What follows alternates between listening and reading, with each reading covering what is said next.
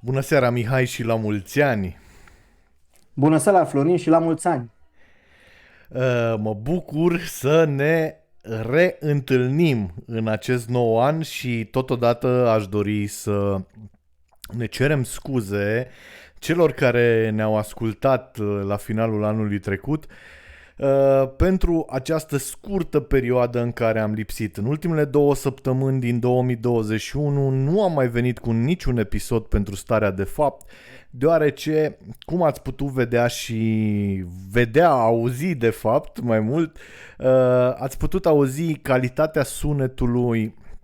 A fost cel mai mare challenge al nostru în acest podcast și ne-am alocat destul de mult timp ca să putem să avem astăzi o calitate mult mai bună a acestui podcast și pe această cale permite Mihai să-l mulțumesc și celui, druidului, spuneau unii într-un vlog, era niște comedianți clujeni, druidului nostru care a reușit să ne ofere o alternativă acestui podcast fantastică. În momentul acesta se aude bine.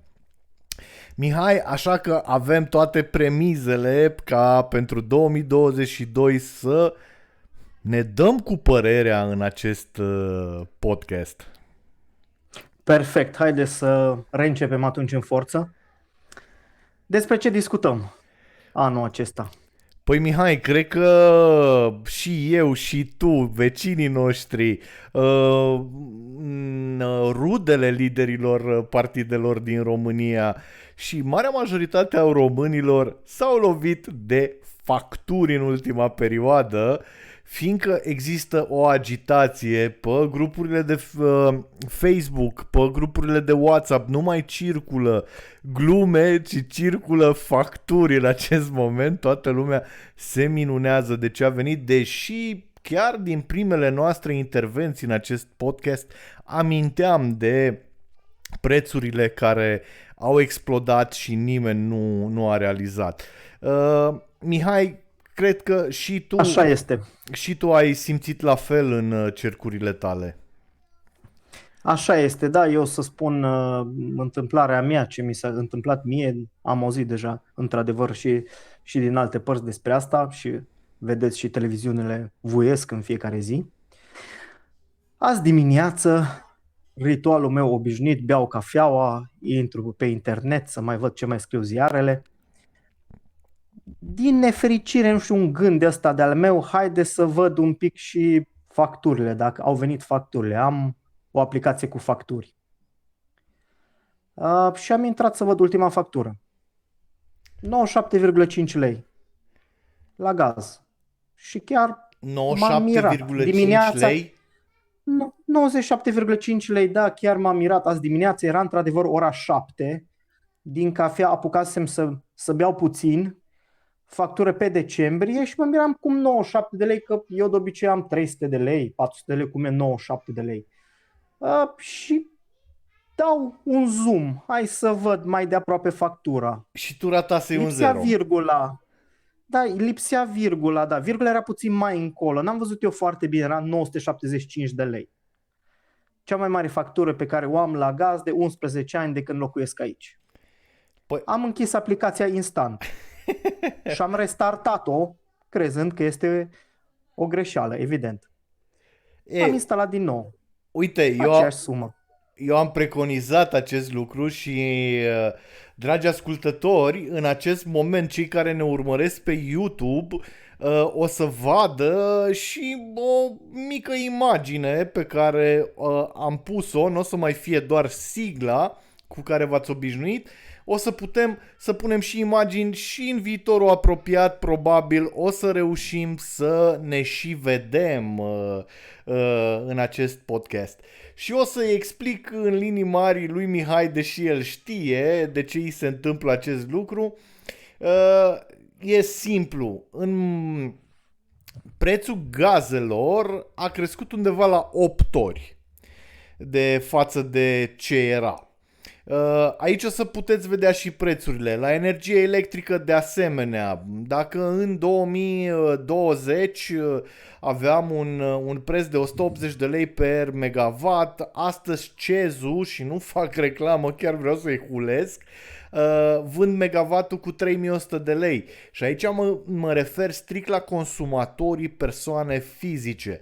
Benzina, dragilor, nimeni nu se sesizează. Da, a crescut cu 1 leu, dar dacă îl iei procentual acel leu, înseamnă 20% scumpire. E enorm, e enorm, e foarte mult. Ok, noi poate facem un plin pe lună, 2 plinuri, dar sunt alții care își câștigă pâinea în urma transporturilor pe care le fac pentru terți. Și de asemenea o să mai regăsiți aici făina, care aproape că s-a dublat. De aici probabil fiecare dintre noi poate vedea și prețul produselor de panificație în acest moment. Pâinea, nu mai zicem. O pâine a ajuns să fie, și nu mă refer la cea franzelă cu care sunt obișnuiți cei din sud, și dăm un exemplu, o pâine toast, da? Din care ne facem sandvișurile, este și 8-9 lei. Enorm, mi se pare. Adică este foarte, foarte mult în condițiile în care era sub 5 lei în trecut. Mihai, vrei să adaugi ceva? Te-am văzut. De acum vor urma. Da, de acum vor urma creșterile de prețuri, pentru că dacă eu ca și consumator casnic plătesc 1000 de lei la gaz, mă gândesc un mic IMM, o brutărie, un magazin va plăti 20.000 de lei, 30.000 de lei, care este și producător, adică folosește cuptoare. Mai ții minte că vorbeam de acele brutării mici care încearcă să supraviețuiască în cartiere, în micile orășele din România și așa mai departe. Chiar am văzut cum să zic, un mic calcul să-l numesc eu, o opinie a unui patronat care spunea că undeva costul fiecărei brutării s-a majorat undeva cu 65-70%. Băi, este imens. Este imens. Asta din cauza energiei. Da, gazul este foarte scump. După cum ai zis tu, a venit o factură enormă. Eu am simțit electrica pe pielea mea. Probabil ție încă nu ți-a ajuns factura de electrica, care din păcate pentru mine este mai mare decât factura ta de gaze. Și toată lumea vine, adică cel puțin Mihai, eu cu cine am discutat, a venit și mi-a zis: domnule, dar statul a plafonat. Păi ok, v-am spus și de asta, uite, o să mai pun încă o dată în acest moment imaginea, să se vadă încă o dată 180 de lei megawattul, iar în momentul de față, ok, CEZ-ul vinde cel mai scump cu 3100, dar să zicem că undeva la 2500 este megawattul. Nu chiar să zicem, electrica cred că cu atât și vinde. Și statul a plafonat în acest moment la 1100.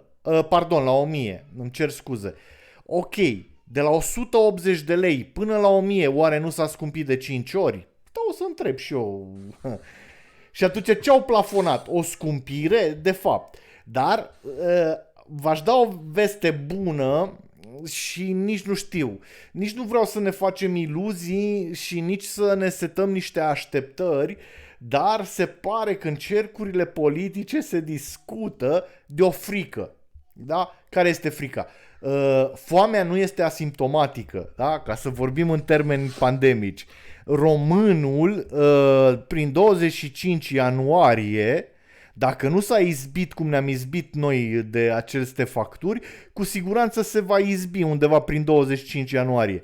Și nu va avea din ce să le plătească. Da? Nu va avea, este greu, pentru fiecare dintre noi este greu. Și gândiți-vă, mă gândesc la oamenii care cu greu câștigă 1380 de lei, care este minimul pe economie. Da? Chiar dacă ne gândim la venitul mediu net pe economie în România, care este de vreo 3200 de lei, la o factură de 1000 și ceva de lei la un furnizor, nu ai cum să-i faci față. Nu ai cum, ne va fi greu. Și fiecare dintre noi, tu probabil ai dat cu un grad 2 mai jos termostatul, eu m-am apucat să sting luminile prin casă, la televizor vedem, și asta m-a enervat cel mai mult, a vuit în ultimele zile temperaturile la care stau europenii. Să dormim la 18 grade. Da, am auzit teoria, nu pot, mulțumesc. Eu sunt român și în statistica asta românii erau undeva la 22,5. Nu pot să stau la 18 grade. Na, din păcate... Da, știi că asta e o tehnică, Florin, prin care încearcă cumva să ia atenția de pe problema principală, faptul că nu reușim să plătim facturile și faptul că nu și-au făcut datoria în a plafona nivelul prețului atunci când trebuia să fie făcut acest lucru. Nu acum, la final, când deja e plafonată o creștere. Care, da, probabil că urmează o altă creștere încă, dar totuși deja, cum ai spus tu, de 5-6 ori prețul inițial, e destul de târziu ori. Tu, din păcate, nu vezi ce fac eu, dar când ai pronunțat cuvântul este o tehnică de a manipula, că de fapt asta ai spus, eu am pus o poză acum care probabil o să te amuze și pe tine în momentul în care o să vezi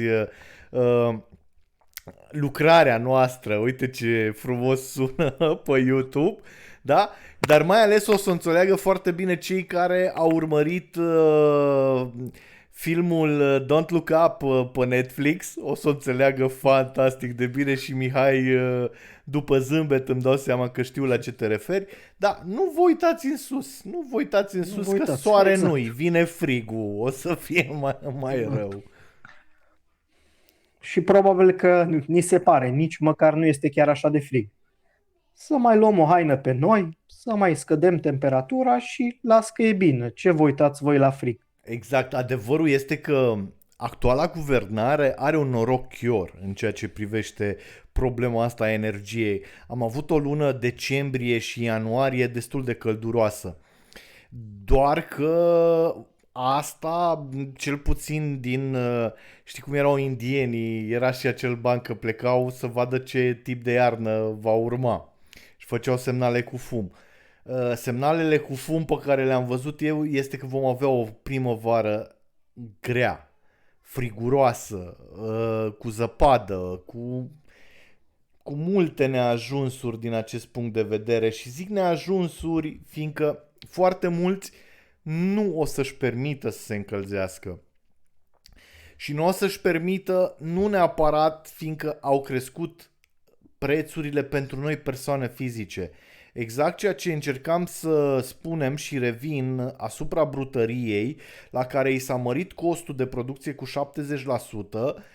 el în loc să vină cu bani de acasă va prefera să închidă. Să nu mai vândă el acea pâine, fiindcă nu și-o mai permite. Nu poate ridica atât de mult prețul, fiindcă piața nu va accepta acel preț și se va reorienta pentru o pâine mai ieftină unde va putea. Și atunci, decât să meargă în pierdere și să ia bani, acel întreprinzător, acel antreprenor, să ia bani din sânul familiei și să verse în acea brutărie, va închide. Asta ce va genera? Asistați social, da? Fiindcă și șomerii sunt asistați social. Și atunci toate calculele pe care le-au făcut guvernanții noștri, da? Cad, pică. Ei tot ce au crezut că colectează din acel TVA, din acele accize, prin această mărire, de fapt sunt ireale, fiindcă pe partea cealaltă vor plăti. Am auzit și am avut o discuție chiar ieri de plata la negru. Au fost oameni care au venit, da domnule, brutăriile astea mai lucrau și la negru, mai angajat. Da domnule, dacă statul nu cheltuia nimic cu ei. Da domnule, lucra la negru. Banii pe care îi lua ca și renumerație până la urmă, nu pot să-i zic salariu că nu-i pe un stat de plată, nici nu știu cum să o numesc. Banii pe care îi primea pentru munca prestată la negru se ducea și îi vărsa în economie, da? Își cumpăra ceva de ei. Acei bani circulau. În acest moment nu vor mai avea acei bani, nici acești oameni. Și vor fi chiar asistați social, cu ajutor social până la urmă, dacă nu cu șomaj. Te rog. Și trebuie să fim atenți că, după cum bine știi, în ultimii ani, fenomenul muncii la negru integrale s-a diminuat totuși foarte mult. Vorbim de contracte de muncă, într-adevăr cu salariu minim sau cu termen de muncă parțial, însă cu diferența de bani plătită la negru. Dar există un contract de muncă, chiar dacă este pe o perioadă minimă. Acel contract de muncă va dispărea. Deci, în primul rând, contribuția la stat se duce și, într-adevăr, banii pe lângă pe care îi cheltuia omul în economie, din nou se vor duce, vor ieși. Ca acele prăvălii închid. Dar știi ce nu înțeleg eu? Și acum poate o să zică cineva că avem o obsesie. Nu avem o obsesie. Întotdeauna am crezut în opoziție. Da? Avem partide de opoziție. Care opoziție? O poziție sau o poziție. au o poziție într-un fel sau altul. Unii au fost amintiți adineauri ca și imagine în acest podcast, nu se uitau de fapt în sus. Nu se uitau în sus. Da? Dar sper să fie și unii care se uită în sus dintre partidele pe care le avem în acest moment în opoziție și să facă ceva. Nu știu, ei oare au primit facturile?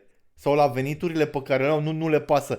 Fiindcă îmi place și de un lider a unui partid naționalist, dacă mă înțelegi un debat, ca să nu-i spunem numele, a venit și și-a arătat fluturașul, da? A fost o premieră, un parlamentar vine și ne arată cât câștigă.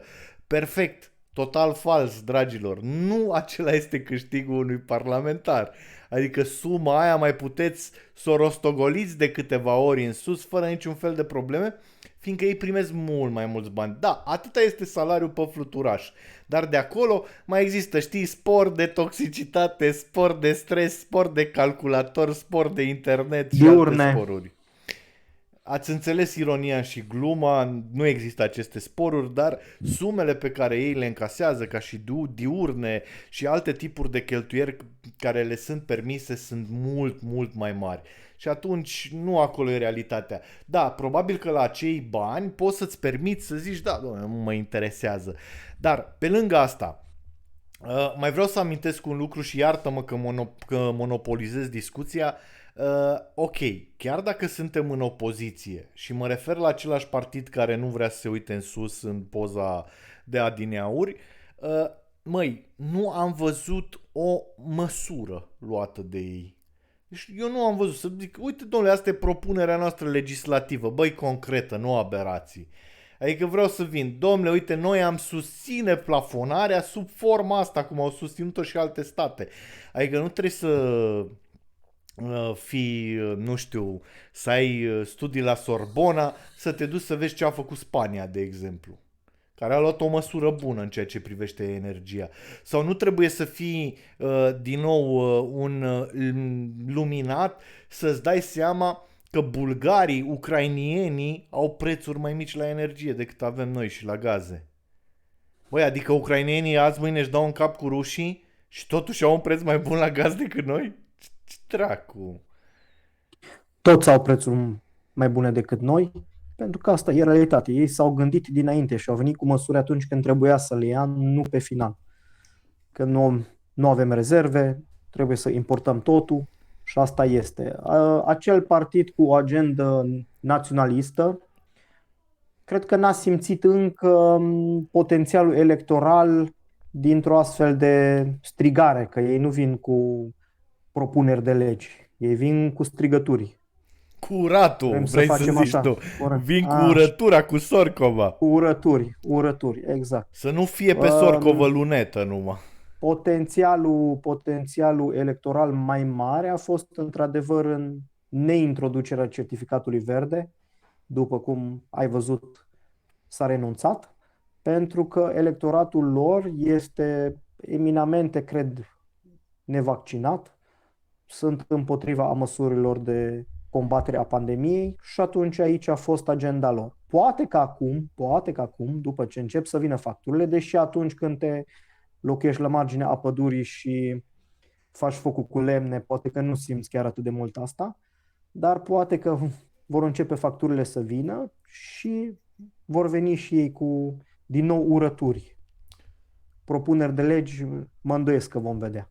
O simt, fiindcă și partidul cu roata motrice în PNRR a vrut să renunțăm la lemne și o să simtă și ăștia cu lemnele care-i treaba. Da. Și cei cu lemnele să știi că au și ei curent până la urmă, chiar dacă nu au gaze naturale. Spre rușinea mea, eu provin dintr-un municipiu care încă nu are gaz, dar are promisiuni. Nu știu la aceste prețuri cine o să-și mai De pună 10 gaz. de ani eu știu acele promisiuni din acea localitate, dar Nu, de când circulam e eu, ok. dar promisiuni existau. E ok, am avut câteva intervenții în, să zic, de dată recentă, nu de foarte de foarte multe luni, de fapt, dar întrebarea e, oare cine o să-și mai pună gaz, fiindcă de la intervenția mea s-a scumpit de vreo 8 ori. De fapt, Exact. scumpirile sunt mult mai mari și îi dor cel mai mult pe cei care produc ceva.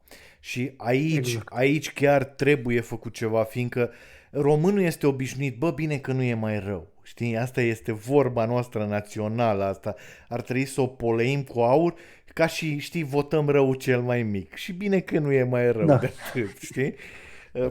Asta trebuie înrămată, dar mai mult de atât, dacă acele prăvălii care au 4, 5, 10 angajați se vor închide, fiindcă statul chiar nu face nimic pentru ele, opoziția, parlamentarul care a fost trimis de acel antreprenor spre București, dacă el nu face nimic, acel antreprenor va închide și va pleca. Cu siguranță și tu ai avut discuții cu foarte multă lume, cel puțin eu reamintesc și subliniez, am un background în digitalizare, să o numim noi, că acum este foarte modernist termenul, în telecomunicații. Chiar am avut o discuție cu cineva care are un data center, care a zis la revedere, drum bun. Adică plec câteva sute de kilometri de casă în țară vecină, energie mai ieftină, fiscalitate stabilă, nu avem PNRR-uri cu promisiuni că ne pensionăm la 100 de ani, știi?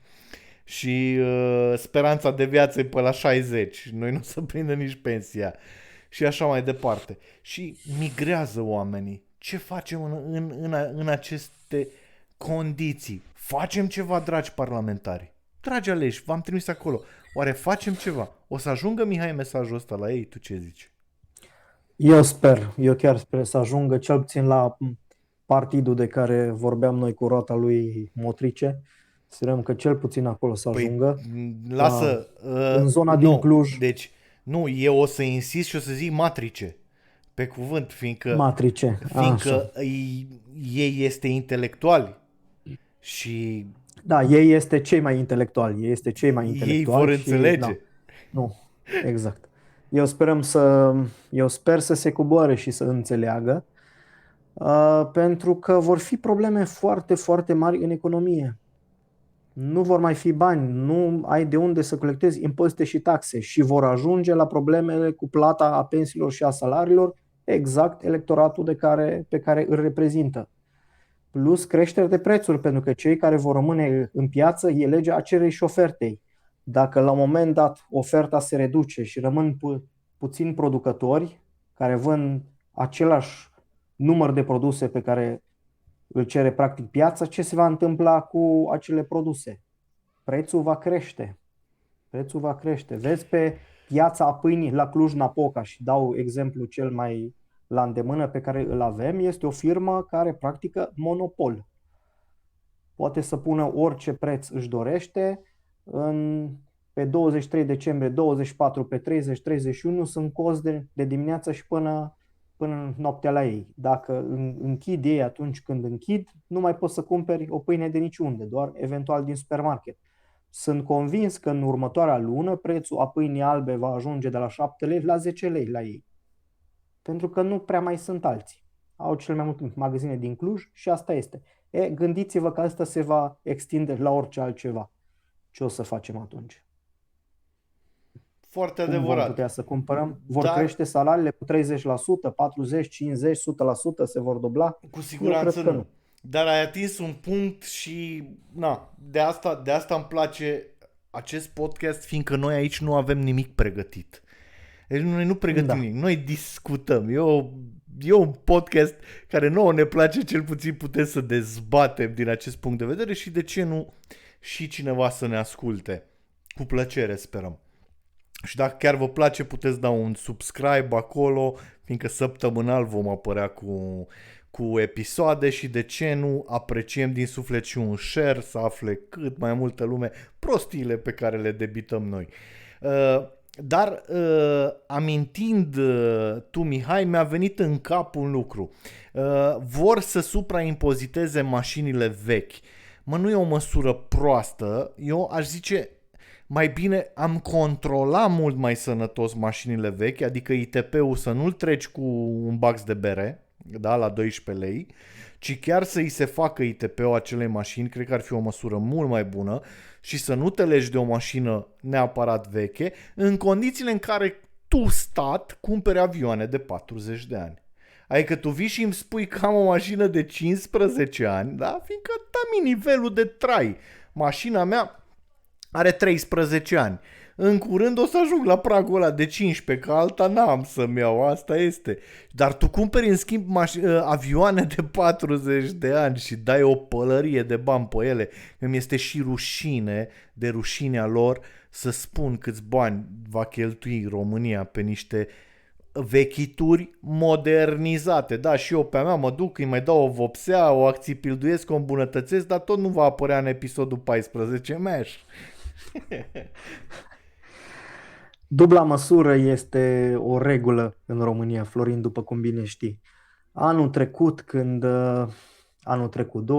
2020 acum, în urmă cu 2 ani, când credeam cu toții că, sau cel puțin pe la început, poate vom dispărea ca specie și era o disperare mare, toată lumea stăteam acasă, dezinfectam, nu mergeam pe niciunde, oamenii țineau chefuri la Parlament.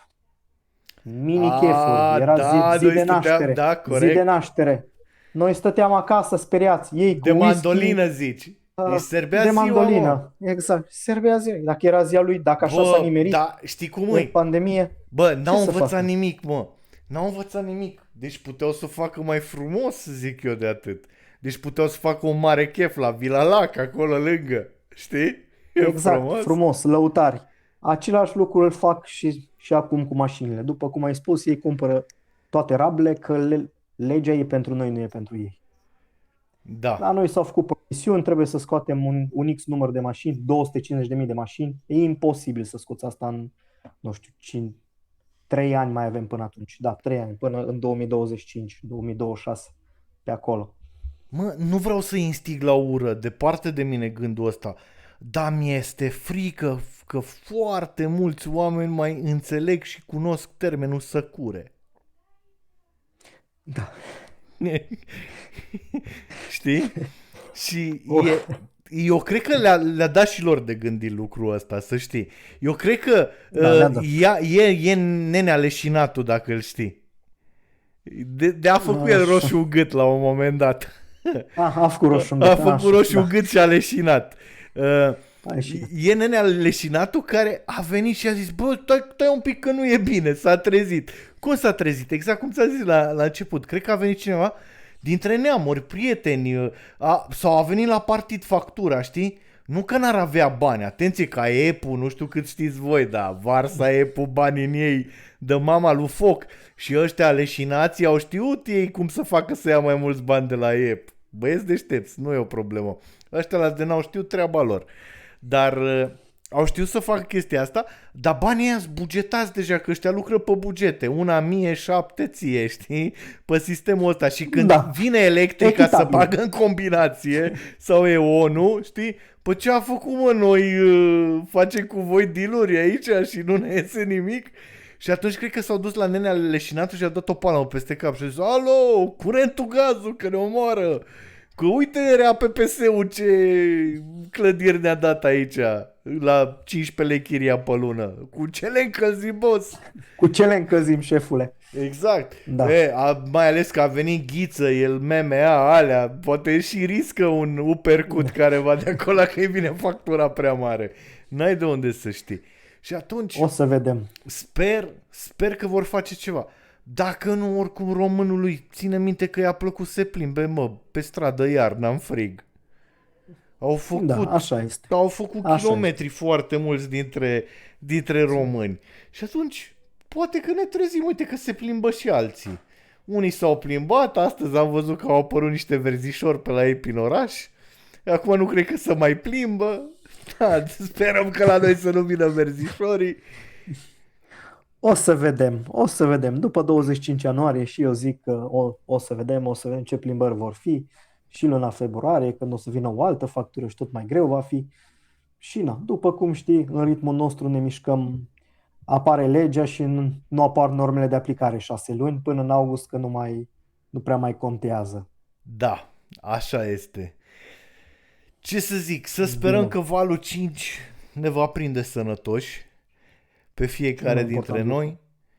Chiar mi-aș dori foarte mult, cei care ne ascultați, puțin, mulți, nu contează, pe Facebook, Foarte mulți de YouTube, acum. oriunde, veniți cu un feedback. Suntem chiar curioși cum stați, domnule, cu facturile. Suntem foarte curioși să vedem cum stați voi cu facturile acum. Sau de ce nu să vă amintiți în momentul în care vă vine factura pe 25 ianuarie, mă rog, la finele lunii ianuarie.